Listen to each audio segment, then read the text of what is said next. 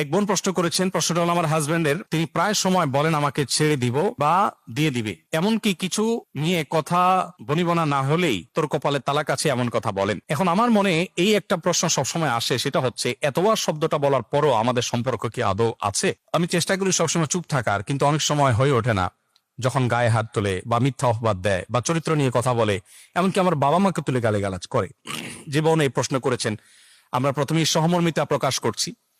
অনেক অমানুষ স্বামী আছে যারা মেয়েদের প্রতি এরকম অবিচার করছে। এক্ষেত্রে আপনার স্বামী আপনার প্রতি যে অবিচারের কথা আপনি বলেছেন যে তিনি আপনার প্রতি অবিচার করছেন, যদি এই কথা তিনি বলেন যে তোমাকে তালাক দেব বা তোমাকে তালাক দিয়ে দিতে হবে বা তোমাকে আমি ছেড়ে দিব অথবা তোমার কপালে তালাক আছে, এই জাতীয় কথা বলার কারণে দাম্পত্য সম্পর্ক ভেঙে যায় না, তালাক হয় না।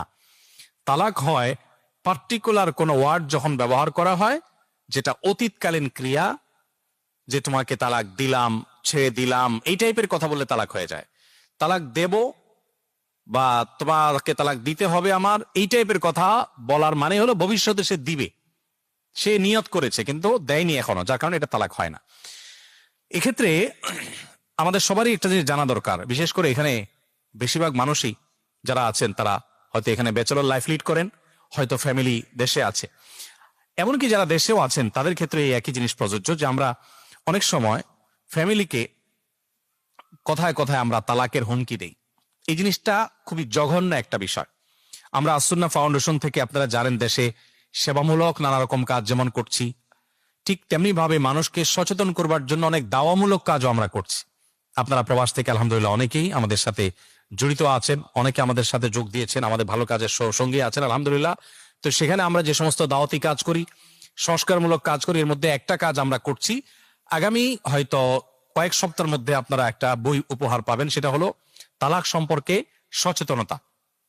আমাদের দেশে বেশিরভাগ ফ্যামিলিতে দেখা যায় যে ঠুনকো কথার উপর ভিত্তি করে তালাক দিয়ে দেন, এরপরে এসে চোখের পানি ফেলেন এবং আবার একসাথে সংসার করতে চান। তো তালাক দেওয়ার আগে আমাদের জানতে হবে যে প্রথমত তালাক জেনেতন ভাবে দেওয়া যায় না, দ্বিতীয়ত তালাক দিতে হলে তালাক সম্পর্কে আপনাকে জেনে তারপরে আপনাকে তালাক দিতে হবে, জেনেতন ভাবে তালাক দিতে পারবেন না। যদি আপনি সঠিকভাবে তালাক দেন তাহলে একসময় ফিরে নেওয়ার সুযোগও থাকে, কিন্তু সেই মাসআলা না জানার কারণে এমন ভাবে দেন যে এটা আর ফেরত নেওয়ার সুযোগ থাকে না। তালাক দেওয়ার পর ওটাকে তওবা করে অনেক এলাকায় আছে যে তালাক দিয়ে দিছে, এখন হুজুর নিয়ে আসছে, হুজুরের কিছু খাওয়া টাকা পয়সা দিয়ে দিলে হুজুর তওবা পড়ায় দেয়, আবার একসাথে থাকে। এরকম কোন সিস্টেম ইসলামে নাই। মক্কার ইমাম সাহেবকে এনেও যদি তওবা পড়ান তারপরেও তালাক জোড়া লাগবে না যদি আপনি তালাক সেভাবে দেন। এই জন্য ভাইরা আমার, তালাক দেওয়ার আগে আমাদের বহুবার ভাবতে হবে। বিচক্ষণ কোন আলেমের সাথে পরামর্শ করা ছাড়া কখনো তালাক উচ্চারণ করা যাবে না। এমন ভাবে তালাক দিতেই নবী সাল্লাল্লাহু আলাইহি ওয়াসাল্লাম নিষেধ করেছেন যেভাবে তালাক দিলে আর ফেরত নেওয়া যায় না। কিভাবে দিলে ফেরত নেওয়া যায়, কিভাবে দিলে ফেরত নেওয়া যায় না, এটা জানার জন্যই আমরা ওই ছোট্ট ছোটি বইটা করেছি। এটা ইনশাল্লাহ পিডিএফ আপনারা পেয়ে যাবেন আশা করছি। সমরি মসজিদের পেজে তারা পোস্ট করতে পারেন চাইলে, এটা যখন আমরা প্রচার করব তখন আপনারা পিডিএফ কালেকশন করে নিতে পারেন। এই তালাকের বিষয়ে আমি বলবো যে সবাইকে অ্যাওয়্যার হতে এবং সচেতন হতে।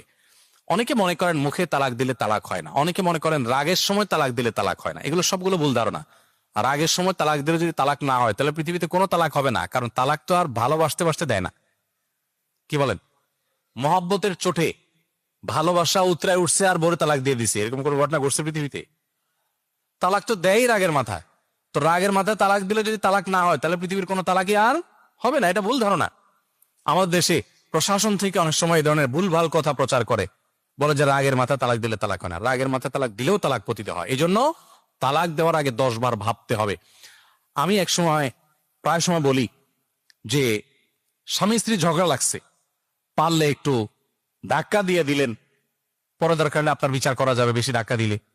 দরকার হলে আপনি একটা বোকা দিলেন, কিন্তু তালাক উচ্চারণ করবেন না। তালাক এমন একটা জিনিস, নবী সাল্লাল্লাহু আলাইহি ওয়াসাল্লাম বলেছেন না, সালাতুন জিদ্দুহুন্না জিদ্দুন ওয়া হাজলুহুন্না জিদ্দুন। 3টা বিষয় এমন যে সিরিয়াসলি করলে যা হবে, দুষ্টমি করে করলেও তা হয়ে যাবে। তার মধ্যে একটা হলো তালাক। আপনি যদি বলেন যে না হুজুর আমি তো আসলে তার ভয় দেখানোর জন্য তালাক দিছিলাম, লাভ হবে না, আর তালাক হয়ে যাবে। এই জন্য মুখ দিয়ে এই জিনিস চলে যাও, ভেগে যাও, তোমার বাপের বাড়ি চলে যাও, তোমার সাথে আর সংসার নাই, এই শেষ হয়ে গেল, তালাক দিয়ে দিলাম, এই সমস্ত কথা বলবেন না। এগুলো ছোট লোকই। বন্ধু বান্ধব দেখবেন এরকম কিছু ছোট লোক বন্ধু বান্ধব আছে, যে পান থেকে চুন খসলেই বলে না তোর সাথে আর নাই, শেষ কাটটি, আবার 2 দিন পরে দেখা বেহায়ার মতো এসে ঘুরে, আছে না নাই? এরকম ছোট লোক স্বামী হলো সেই স্বামী যে স্বামী কথায় কথায় তালাকের কথা বলে। তালাকের কথা কেন? একটা সম্পর্ক অনেক কষ্ট করে জোড়া লাগে, বনিবনা হয়তো অসুবিধা হয়, প্রথম একটু অসুবিধা হবে, পরে ঠিকঠাক হয়ে যাবে। কেন কথায় কথায় তালাক? আবার অনেক মহিলা আছে এরকম ছোট লোকই করে, কথায় কথায় ব্যাগ গোছায়, কথায় কথায় কি করে? ব্যাগ গোছায়। ব্যাগ গোছায় কি জন্য? নোংরা যাওয়ার জন্য, মক্কা শরীফ যাওয়ার জন্য? কিসের জন্য ব্যাগ গোছায়? তোর সংসার আর করবো না, বাহির বাড়িতে চলে যাব। এটা এক প্রকার ছোট লোকই। এই জন্য ভাইয়েরা আমার, তালাক মুখে কখনো